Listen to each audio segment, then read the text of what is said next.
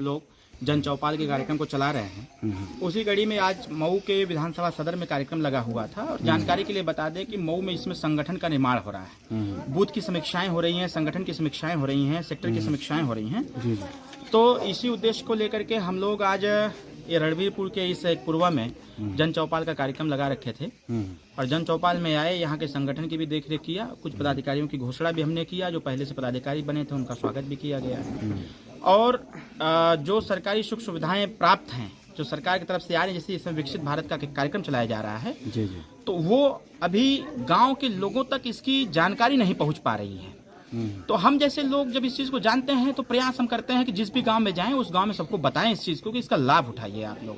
सरकार व्यवस्था कर रही है, कुछ अधिकारियों की बदमाशी की वजह से वो योजनाएं, वो व्यवस्थाएं जो है गांव तक, गरीबों तक नहीं पहुंच पा रही हैं, तो उसको बताने का भी प्रयास किया जा रहा है। इसके साथ साथ जो शिक्षा के स्तर पर जो बदलाव हो रहा है उसको बताया जा रहा है कि अटल आवासीय विद्यालय का जो एडमिशन है वो अगले साल होना है, अवेयरनेस के लिए उसको भी बताया जा रहा है। इसके साथ साथ आयुष्मान कार्ड, जो 6 यूनिट पर आयुष्मान कार्ड बनने की जो योजना सरकार की पॉलिसी तैयार की गई है, उस पे बताया जा रहा है कि भाई इस पे हम लोग लड़ाई लड़ रहे हैं, प्रयास ये कर रहे हैं कि ये आम सब हो जाए, सबके लिए हो जाए, कि सबका आयुष्मान कार्ड बन जाए।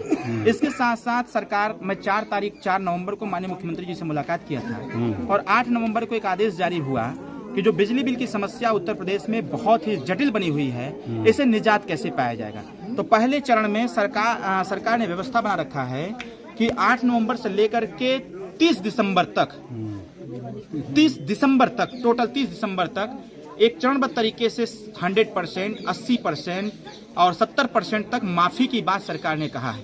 लेकिन गांव में घूमने के बाद ये हमको जानकारी हो रही है कि अभी इसकी जानकारी गांव के लोगों को नहीं है। तो अभी परसों हमने मुख्यमंत्री जी से मुलाकात किया, मुख्यमंत्री जी के यहाँ से फोन आया, हम लोग गए, मिलने के बाद चर्चाएं भी हुई। उन सर को मैंने अवगत भी कराया कि सर इसको थोड़ा सा और आगे बढ़ाने की आवश्यकता है, जिससे कि गांव गरीब के लोग जान जाएं और इसका लाभ उठाएं। इसके साथ एक सबसे बड़ा मुद्दा जो हमारे समाज का चल रहा है, राजभर समाज का अनुसूचित जनजाति में शामिल करने का, इस मुद्दे पर भी हम लोगों ने चर्चा किया माननीय मुख्यमंत्री जी से। जो सोच संस्थान में हमारी फाइल पड़ी हुई है, मुख्यमंत्री से कहा गया कि सर उसको यथाशीघ्र जो है पता करा लीजिए, अगर 100-2 हो गया हो तो वो सेंट्रल गवर्नमेंट को भेज दिया जाए, बाकी वहाँ पैरोकारी के लिए हम लोग तैयार हैं। तो इस पे भी माननीय मुख्यमंत्री जी ने सहमति दिया कि, और जब से हम लोग मिले हुए हैं, लगातार अनुसूचित जनजाति में शामिल करने के लिए जो बातें चलाई जा रही हैं, जितनी बार मिलते हैं मुख्यमंत्री जी जरूर उस पर पहल करते हैं और काम भी करते हैं। इसकी जानकारी भी हम लोग को प्राप्त होती है। तो इन्हीं सब मुद्दों को लेकर के गाँव-गाँव में घूमा जा रहा है, सबको देखा जा रहा है। और इसके साथ साथ जो एक जनता का आरोप है, मैं मानता हूँ कि सारे अधिकारी गलत नहीं करते हैं, कुछ अधिकारी की वजह से सारे अधिकारी बदनाम होते हैं। जो गांव की एक समस्या थी कि थाने पर सुनवाई नहीं होती, तहसील पर नहीं सुन रहे हैं, वगैरह वगैरह, ये सारी समस्याएं, तो अब सरकार ने पॉलिसी ये बनाया है कि हम गांव में ही चलेंगे और गांव में ही चौपाल लगा करके गांव की समस्या का निपटारा करने का बंदोबस्त करेंगे। तो अधिकारी तो डर ही नहीं रहे हैं इस सरकार में। डरेंगे, आपने भी देखा है? नहीं, मैंने देखा, और मऊ जनपद में भी जब उस दिन मैं आया था, मैंने देखा, मेरे जाने के बाद बदलाव आया है।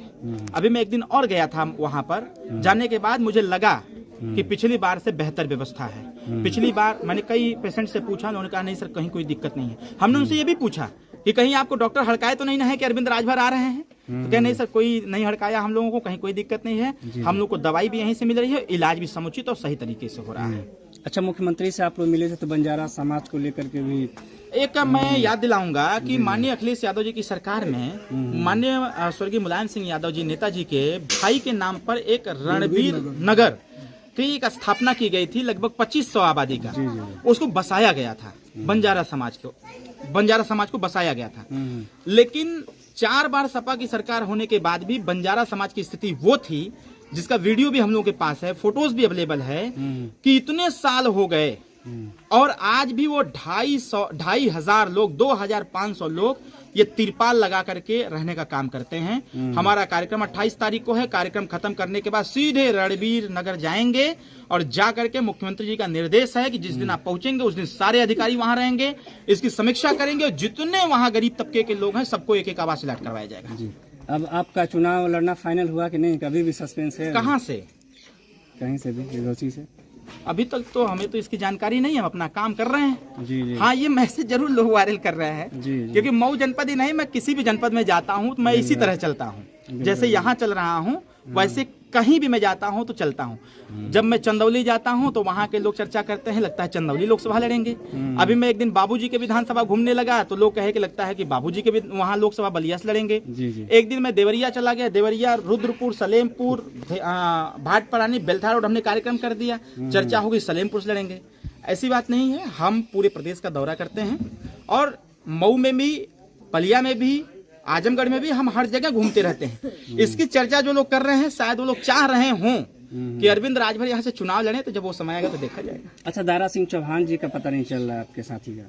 नहीं, दारा सिंह चौहान हैं। अभी तो मैं आया था तो मेरे बाद वो भी आए थे, जो घोसी में घटना घटित हुई थी, दीवार गिरने का हुआ था, तो वो आए थे, अपना घूमे थे, मुझसे 2-3 जगह मिल चुके हैं। तो घूम रहे हैं, अपना टहल रहे हैं और राजनीति में हैं, नेता हैं, पूर्व मंत्री हैं, भाजपा के वरिष्ठ नेता हैं, तो अपना काम कर रहे हैं। सब लोग अपने अपने हिसाब से काम कर रहे हैं। अच्छा, मंत्री पद का विस्तार को लेकर भी कुछ चर्चा हुई मुख्यमंत्री जी से? हाँ, हुई है जी, हुई है। कुछ चीजें थी जो थोड़ा डिस्टर्ब कर रहा था, तो वो भी समाधान हो चुका है और यथाशीघ्र आपको बिग ब्रेकिंग मिलेगा, संभवतः इसी साल, अगले साल नहीं, इसी साल बिग ब्रेकिंग मिलेगी और संतोषजनक रहेगा वो।